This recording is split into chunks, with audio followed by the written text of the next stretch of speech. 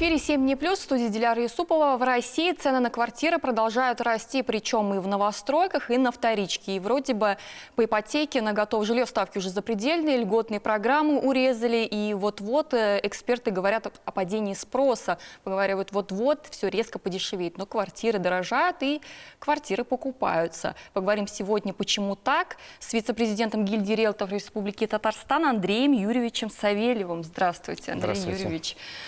Вот мы слышим, да, который год уже о том, что вот-вот сейчас подешевеет квартира, подешевеет жилье. Сначала там пандемию, по-моему, мы это слушали, потом вот в связи сейчас, да, с политической ситуацией. Но вроде бы как бы все остается на том же уровне.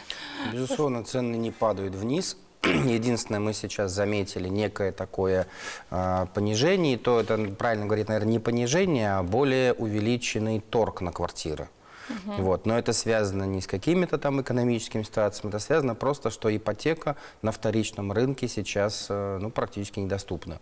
19-20% годовых – это запредельная ставка, и, соответственно, ввиду того, что порядка 60% всех покупателей, не меньше, даже 70%, покупали с ипотекой, то есть мы большую часть вот этого сегмента просто лишились. Поэтому цены сейчас немножко плавненько все-таки пойдут вниз на вторичном рынке. На вторичном рынке. Ну вот смотрите, вот у меня здесь записано, да, средняя стоимость 1 квадратного метра, например, вот в казанских студиях, да, оценили в 240 тысяч рублей в Казани. Дороже ценник только в Сочи 421 тысяча и в Москве 354. Причем у нас, именно у нас в Казани, стоимость таких вот квартир выросла больше всего аж на 34% за год. Здесь не совсем правильно приведена статистика, потому что считает, надо понимать, что чем меньше квартира, тем, естественно, и выше стоимость квадратного метра. А студии, особенно на вторичном рынке, оценивают ценой за квартиру целиком. Если вы посмотрите стоимость коммуналки, там тоже будет, казалось бы, коммуналка, это прям эконом-жилье, но там тоже квадратный метр, если считать по стоимости за квадратный метр, там будет тоже под 200. Вот, соответственно, нельзя считать студии по квадратным метрам. Надо, если мы хотим... на что ориентироваться? На какую квартиру? Какой-то средний, да? Надо брать средний класс, да, то есть это однокомнатные, двухкомнатные ленинградки, это новые квартиры, которые 10 лет назад сдались, построены, 10-15 лет.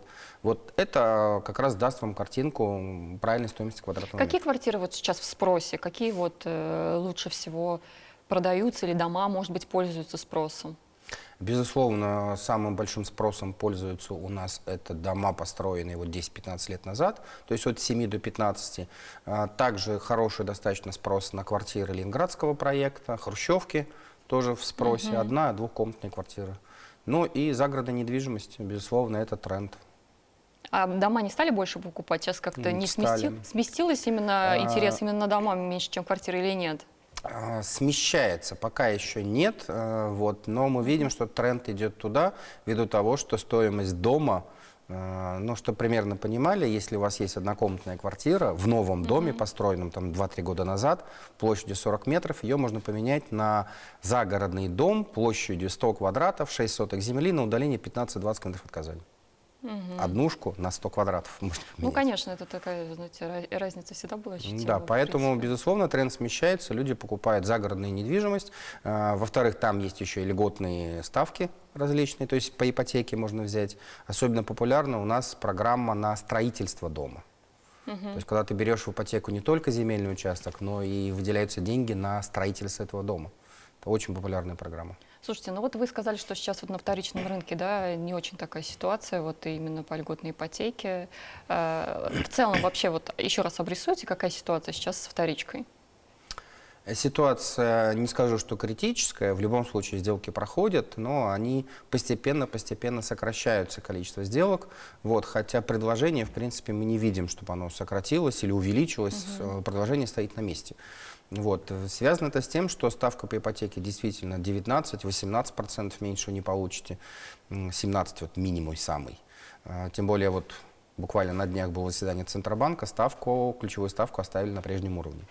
То есть не повысили, но и не понизили. И по прогнозам, скорее всего, в ближайшие полгода ее понижать не будут. А То можем есть- ли мы рассчитывать на то, что тогда снизится стоимость вторички? Что Да, как раз да, я как к раз, этому и да. веду, что если ставка у нас в ближайшие полгода не изменится, то, соответственно, цены на вторичном жилье пойдут вниз. Не будет это обвалом, то есть не ожидайте, что через 3 месяца вы сможете купить однокомнатную квартиру за 1 000 000 рублей. Нет, конечно. Ну, процентов на 5-10, я думаю, коррекция будет. То есть вы прогнозируете, да, в ближайший Да. год, Полгода. полгода даже, да? Потому что во второй упадет половине цена? 2024 года, я думаю, ставку все-таки начнут снижать. А вот, ну вот расскажите, да, в связи с чем, ну вообще в последние там года два у нас все-таки повышались цены все время на жилье. С чем это связано? Факторов очень много. Начнем с первого. Это доступная ипотека. Низкий первоначальный взнос, доступная ипотека, которая позволяет среднестатистической семье, в принципе, купить жилье. Второе – это востребованность. У нас в Казани огромная потребность в улучшении жилищных условий. Примерно 80% населения города нуждается либо в покупке, либо в расширении, либо в улучшении качества жилья, то есть из нового в старое переехать. Кроме того, Казань у нас теперь уже туристический город, и к нам очень много приезжают иногородних специалистов. То есть в Казани мы знаем, да, что безработица у нас отрицательная, то есть вакансий больше, чем желающих работать. Вот, и поэтому очень много сюда переезжает. Плюс студенты, это тоже составляющая рынка покупателей. То есть спрос достаточно хороший, спрос рождает рост цены. Предложение, как там? Соответствует спросу? Не хватает. Не хватает На даже? вторичном рынке, да, то есть спрос у нас, вот эти годы, я имею в виду, 21 год, 22 год, были достаточно хорошие, и на вторичном, на первичном особенно. То есть, чтобы вы понимали, в 2021 году у нас однокомнатная квартира в новостройке, самая дешевая, стоила 2,5 миллиона. Соответственно, первоначальный взнос достаточно 500 тысяч. Это и есть мат-капитал.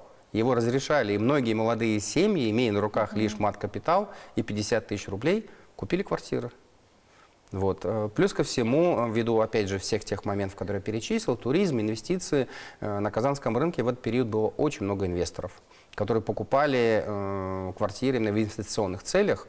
И очень часто мы сталкивались, что покупали не одну, там, 2, 3, подъездами покупали, даже были такие инвесторы. Все это, естественно, давало в плюс цене. Слушайте, а может ли вот обычный человек, ну вот не сместился ли фокус вот со вторичек на именно вот к жилью от застройщика? Что вот вы чаще стали покупать именно жилье от застройщика? Да, Или насколько у нас... вообще это сложно купить жилье от застройщика? Обычному человеку, я имею в виду не перекупщик. Обычному человеку купить жилье у застройщика, в принципе, несложно. Вы можете прийти в строительную компанию, посмотреть рейтинги, чтобы эта компания там, в рейтинге была достаточно надежная. У нас есть там топ-5 застройщиков, и специалисты этой компании, отдел продаж вам все сделают. То есть, в принципе, несложно. Сложно выбрать именно ту квартиру, которая нужна именно вам. Потому что люди покупают новостройки с разными целями. Кто-то как вложение денег, кто-то как сохранение, кто-то для себя жить, кто-то с прицелом там, на будущее детей. А это совершенно разные жилые комплексы, совершенно разные районы. И только специалист, агент по недвижимости сможет вам подсказать, где именно вот под вашу задачу, какую новостройку взять. Потому что новостроек в Казани много. Очень много. И разобраться, даже, более того скажу, не все риэлторы-то разбираются, какая новостройка под что подходит. Ну, вот, кстати, я заметила, что снизился тренд обращения к риэлторам именно агентствам. Все-таки люди больше либо как-то сами, либо юристов нанимают каких-то, либо частных риэлторов. Как вообще, кстати, сейчас обстоят с этим делом? Наоборот, тренд обращения к Меньше услугам доверия, риэлторов, что ли, или как будто бы мне наоборот, казалось? тренд обращения к специалистам, к риэлторам растет. С той точки зрения, что, как я уже сказал, огромный выбор квартир.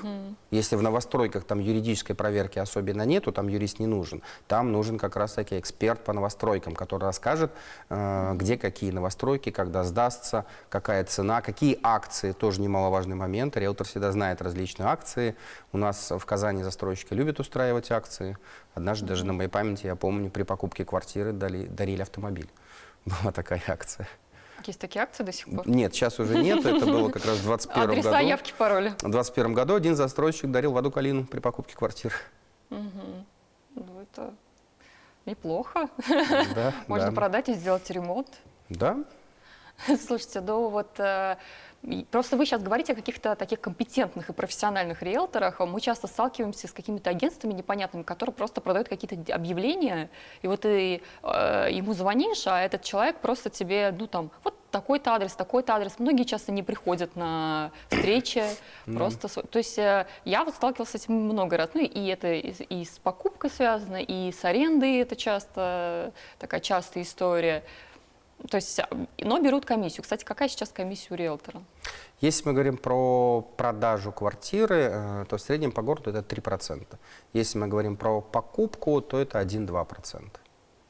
Вот. Если же мы говорим про аренду, то это от 70 до 100% от месячной ставки. Я уже 70 не встречала, по-моему, 100 Уже, сразу, да, уже 100 стало. Безусловно, конечно же, на рынке недвижимости есть непрофессионалы, есть случайные люди, потому что у нас закон о риэлторской деятельности так до сих пор и не принят. Слава богу, 2 года назад у нас появился профстандарт, то есть профессия агент по недвижимости теперь существует. Но закона об этой деятельности нету. Поэтому на этот рынок пробираются вот такие. Даже мошенники встречаются. Моя рекомендация одна. Обращайтесь, то есть проверяйте, состоит ли это агентство в гильдии риэлторов Республики Татарстан. То есть это общественное объединение риэлторов, те, которые добровольно взяли на себя ответственность. На них есть куда жаловаться, есть комитет по этике. И исполнение решений комитета обязательно. То есть это как минимум можно сказать, что это не мошенники, что это люди, прошедшие обучение, что они работают добросовестно. И на них можно пожаловаться. Чем вот сейчас отличается вот ваша работа, допустим, на растущем рынке, на спокойном или на кризисном, например? Вот сейчас можно назвать это кризисным моментом для рынка недвижимости? Да, можно назвать. Но есть уже такая сложившаяся практика историческая, что в кризис выживают только сильнейшие. Вот я за свою уже долгую карьеру пережил 4 кризиса. Вот, и могу сказать, что действительно так. И с одной стороны, кризис — это плохо. А с другой стороны, наоборот, кризис — это как раз-таки понимание того, что надо совершенствоваться, обучаться, новые технологии применять, лучше работать, качественнее, профессиональнее работать. Поэтому, с одной стороны, кризис плохо, с другой стороны, может, даже и хорошо. Не было бы кризисов, наверное, бы профессия риэлтор была бы не такой высокотехнологичной и профессиональной, как сейчас. А чем отличается как-то от кризиса, который был, вот, допустим, да, в 2010-м, в 2008 году, по-моему, да? Кризис абсолютно разные, вызваны разными причинами. Сейчас или как? Ну, так, конечно, некорректно, наверное, ставить вопрос, хуже или лучше, да? Но я понял, я отвечу правильно. Знаете, профессиональному риэлтору, вот профессиональному сообществу, даже гильдии риэлторов, то есть нам уже, в принципе, мы столько кризисов пережили, что нам уже не важно. Мы в любом кризисе сможем помочь нашим клиентам. То есть профессиональный риэлтор уже не обращает внимания на кризис, просто если случается кризис, надо немножко больше работать. Вот и все. Слушайте, а как вот оценить реальную стоимость квартиры, допустим, да, вот часто вот мы смотрим на эти объявления, которые известных сайтов, да, где продают квартиры, но это, как правило, ни о чем не говорит, то есть они просто сейчас накидывают какие-то из головы цены, соответствует ли цена заявленной цене, да, реальная цена, как это можно сделать? Не всегда соответствует. Более того, я вам скажу, есть объявления несуществующих квартир, так называемые фонари. Да, особенно на рынке аренды квартир. То, что вы смотрите на агрегаторах, там примерно 70% квартир не существует. Это просто фонари или фейки их называют. Это для того, чтобы найти арендатора, покупателя и так далее. Безусловно, самостоятельно разобраться в оценке очень сложно, очень много факторов. То есть там порядка где-то 25 показателей, по которым оценивается квартира. Поэтому лучше все-таки прийти к специалисту, который вам подскажет. Потому что, нет, можно самостоятельно, ничего страшного нет. Есть какие-то оценщики, по-моему, которых... Есть оценщики, но оценщики, они все-таки делают рынок. Во-первых, они делают рыночную стоимость, а рыночная и продажная стоимость это иногда бывают разные вещи. То есть по рынку ваша квартира вот стоит столько-то, особенно это в сегменте комфорт, бизнеса, элит жилья. То есть ваша квартира по рынку стоит, но ее не купит человек, у которого есть такие деньги. То есть это уже от типа зависит. Поэтому как раз-таки агент по недвижимости сможет определить вот точную цену. Вы про каких-то идеальных агентов по недвижимости рассказываете. Я не встречала ни разу ни одного такого агента по недвижимости. Это как ложка дегтя в бочке меда. Да. Нет, ну, серьезно, там их действительно мне кажется, один там на миллион. Нет, Нет? значительно больше. И Которые меня очень занимаются радует. документами. Мне всегда Да. казалось, да, что они должны заниматься документами, они должны как бы предлагать самые различные варианты Да, да, и так безусловно. далее. То есть они, да, они создают условия, а как правило это просто, знаете, вот они кидают тебя на амбразуру, могут даже подставить где-то, потому что не проверив какие-то документы, ты потом можешь влететь, скажем так. Ну, вот мы как раз-таки боремся с такими недоспециалистами, которые считают себя риэлторами, но таковыми не являются. То есть мне нравится, что вот эта пропасть все больше и больше ширится, потому что современный профессиональный риэлтор, состоящий в гильдии, безусловно, проходит как минимум 2-3 обучения в год специализированных, минимум. А так, в основном, хороший риэлтор учится постоянно. Постоянно какие-то обучения, вызовы рынка, рынок меняется стремительно. Если, например, в 2005 году для того, чтобы продать квартиру, надо было подать ее в из рук в руки. И все. Сиди, ничего не делай. Квартира все равно продастся. То есть сейчас просто подать объявление на агрегатор, этого недостаточно. Поэтому настоящий специалист — это не тот, кто просто выставил ваше объявление, а который комплексно оказывает вам услугу, может оказать, определить стоимость, определить задачу, ваша самая главная задача. Очень часто к нам приходят клиенты, которые не понимают, что им надо. То есть приходят с одним запросом, а в результате нашей работы мы понимаем, что им не нужна квартира, им нужен дом загородный. Вот. Ну, просто они этого не знают. Да, Или не они просто... осознают. Я вот даже могу такой, если у нас время позволит, маленький кейс, когда пришла семья, значит, теща решила, продала свою квартиру в другом городе, решила переехать к детям. Вот, значит, они хотят продать свои двухкомнатные, купить трехкомнатную, чтобы вот теща жила вместе. Но когда мы стали вытаскивать, увидели боль и приняли решение, не надо им трехкомнатную, надо просто купить однокомнатную рядом. Чтобы теща была под присмотром, под уходом, вы еще и но не психологи вместе, такие. ну конечно, но не вместе, вместе жить не смогли бы. Вот. А это оптимальный вариант, все довольны и счастливы. Согласились, действительно? Да, да, когда мы предложили такой вариант, они сказали, да, это и теще спокойнее, и детям спокойней. И рядом. Ну что входит вот действительно прям по закону, по договору, скажем так, вот в услуги риэлтора, вот ту сумму, которую он запрашивает, что за эту сумму входит в его услуги, чтобы мы четко вот понимали, чтобы каждый человек, который обращается к риэлтору, понимал, что вот это риэлтор ему должен. К сожалению, как я уже говорил, закона о риэлторской деятельности нету, соответственно, распространяется Гражданский кодекс, это договорные отношения, это агентские отношения, то есть это агентский договор. По агентскому договору риэлтор, или правильно называть агент по недвижимости, потому что это уже есть такой термин юридически, государственно установленный. Соответственно, риэлтор делает полностью весь комплекс услуг, начиная от оценки, от маркетинга, рекламы, сопровождения сделки, поиск покупателя, юридическое сопровождение сделки, то есть безопасная передача денег, защита своего клиента от будущих историй. То есть у нас есть масса историй, когда люди после продажи уходят в банкротство, и потом управляющий через суд отбирает эту квартиру. То есть вот эта защита должна быть обязательно. Естественно, полное консультирование, ведение клиента, сопровождение сделки и постпродажное обслуживание. То есть это целый комплекс услуг. Не бывает так, что просто продал и все.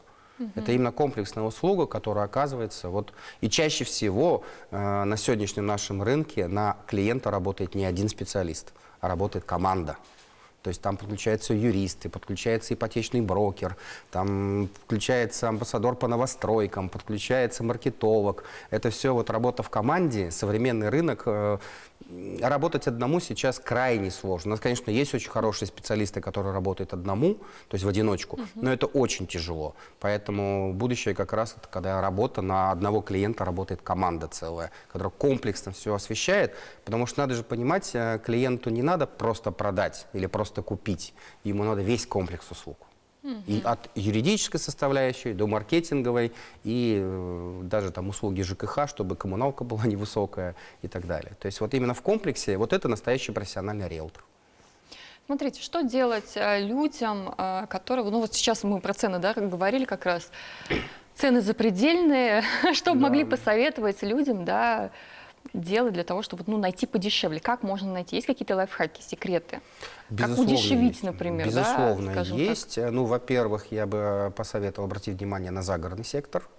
Вот, с той точки зрения, что там и индивидуальные жилые дома значительно дешевле. И у нас сейчас достаточно много новостроек, которые строятся в пригороде Казани. В Аижском направлении, в Высокогорском направлении есть. Да во всех 4 направлениях, даже в Зеленодольском у нас есть многоквартирные жилые дома, которые существенно, процентов на 30-40 дешевле, чем в городе. При том, что транспортная инфраструктура, в принципе, позволяет на общественном транспорте добираться. Да, это будет дольше, безусловно, то есть вы не 15 минут едете на работу, а час.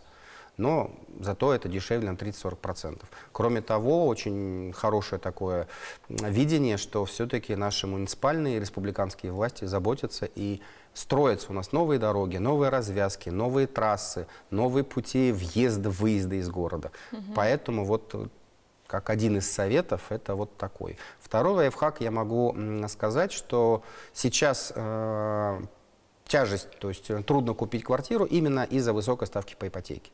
Но ставка по ипотеке не будет вечно такая. То есть если вы сейчас нашли хороший вариант, особенно если вам хорошо там удалось поторговаться, прекрасный вариант, можно взять Возьмите сейчас кредит. ипотеку вот такую, 19%, через год ипотека будет 10%. То есть однозначно ипотека вернется вот в ту нормальное русло. И через год можно будет перекредитоваться, да, сделать рефинансирование и дальше платить ипотеку уже по нормальной ставке. Зато вы сейчас нашли себе квартиру. Особенно с учетом того, что сейчас спрос низкий и продавцы хорошо торгуются. Может быть, они просто не верят в гарантии, люди сомневаются, но вдруг не будет понижения. Будет, однозначно будет. То есть это даже и сам Центробанк заявляет, что это временная мера, направленная там, на исправление экономики, инфляции и так далее. То есть все аналитики говорят, что вопрос, когда начнется снижение. Ну, Вот вы сказали, вот через полгода. Мы уже минимум через записали. полгода, да, то есть весной не ожидайте, не будет снижения ставки, раньше, чем летом, мы ее не получим. Ну, если не случится каких-то там глобальных изменений в экономике. Пока по плану, я думаю, где-то летом начнет потихоньку снижаться, и через год мы с вами встретимся в этой же студии, я думаю, будет ипотека, ну, процентов 10. Как относитесь к жилью, которое продается на торгах? Советуете ли? Знаете, Цена все-таки привлекательна? Не люблю вот эти моменты и очень часто своим коллегам говорю, зачем вы идете на покупку вот с этими проблемами. На рынке полно квартир, можно найти другую. Потому что когда вы покупаете квартиру через торги, во-первых, вы можете столкнуться, что там до сих пор живут те самые люди, у которых эту квартиру с торгов продали. Им некуда идти, они до сих пор там живут. Они там могут даже быть прописанными. Во-вторых, в каком состоянии вы получите эту квартиру. Я однажды столкнулся с тем, что люди даже умывальник забрали с собой. С корнем? Да, розетки, лампочки, все с собой забрали. Ну, не рекомендую. Тут правильно говорить, что, наверное, вот эти квартиры с торгов, это больше, наверное, для специалистов-инвесторов, которые знают, умеют и готовы, да, готовы вот к таким проблемам. А вообще обычный человек может попасть на эти торги? То есть это реально? Конечно. Мне кажется, это все-таки тоже такая блатная тема, нет? Нет, пожалуйста, то есть все торги в открытом доступе, можно пойти. Второй момент, что не каждый умеет попасть, потому что там надо иметь, ну, например, ту же самую электронную подпись. Не у всякого она есть, и не всякий знает, как ее оформить. Заявиться на эти торги, правильно подать документы, заявку, там, задаток какой-то должен внесен. То есть эта процедура сама несложная, но ее надо знать. То есть есть много мелочи, деталей, поэтому, хотя самостоятельно, в принципе, можно сделать. Они видят квартиру до того, Чаще как они... всего нет. То есть это шило такое в мешке, да? Поэтому я не люблю такие вещи. А и положительные истории есть какие-то у вас? Да, безусловно, есть положительные. То есть, когда наши клиенты, вот есть, ну, даже конкретный пример приведу. У нас есть клиент, который купил уже 4 коммерческих помещения, вот так вот с торгов. Мы решили ему все вот эти проблемы, и сейчас у него 4 маленьких магазинчика продуктовых, магазины у дома, там, буквально 30-40 метров. А не проще ли вот действительно вот так вот купить? Ну пусть это будет даже какая-то бабушкина разваленная, но она стоит там, например, 10 миллионов, а тут ты за 3 купил. Ну за 3, во-первых, вы не купите. Ну вот. За сколько? Обычно на торгах, ну, дешевле где-то на 10-15%, на 20%. Да ладно. Не больше. Ну потому что если ценник ниже, то собственнику предыдущему проще самому продать эту квартиру, погасить долги, и тогда у него останется какие-то деньги. Если вот когда полностью забирают квартиру, скорее всего, этот человек покупал квартиру по ипотеке без первоначального взноса, и у него долг банку равен стоимости квартиры. Поэтому он и не дергается. Если же квартира значительно дороже, чем долг банку, ну а зачем тогда ему через торги идти, когда он сам может продать ее с тем же самым дисконтом? Но все равно у него останется какая-то шапка, какие-то деньги у него будут. По крайней мере, там на съем жилья у него останутся. Поэтому чаще всего это все-таки вот 10-20%. Ну, у нас минута осталась, буквально вот последний, скажем так, совет для людей, как не нарваться на черных риэлторов. Вы уже сказали, что нужно проверить, да? Состоят ли в гильдии риэлторов, безусловно. И все, или как? Это как-то Во-первых, этот фактор. Во-вторых, придите обязательно к ним в офис, посмотрите, я всегда говорю, скорость освобождения офиса – хороший показатель. Если в офисе стол, стул, ничего нет, я туда не пойду. Если в офисе сотрудники, если в офисе оборудование, есть компьютеры и так далее, ну, значит, скорее всего, это все-таки хорошее агентство. Смотрите на офис, смотрите в регистрационную, да, гильдию Да, риэлторов. да, на сайте гильдии риэлторов есть список полностью всех риэлторов. Спасибо большое, что вы пришли. Мы ждем обещанного Через год. понижения цен обязательно, да, проверим Хорошо. это, пригласим вас через полгодика. Спасибо, что вы пришли сегодня. Спасибо телезрителям, что были с нами. До свидания. До свидания.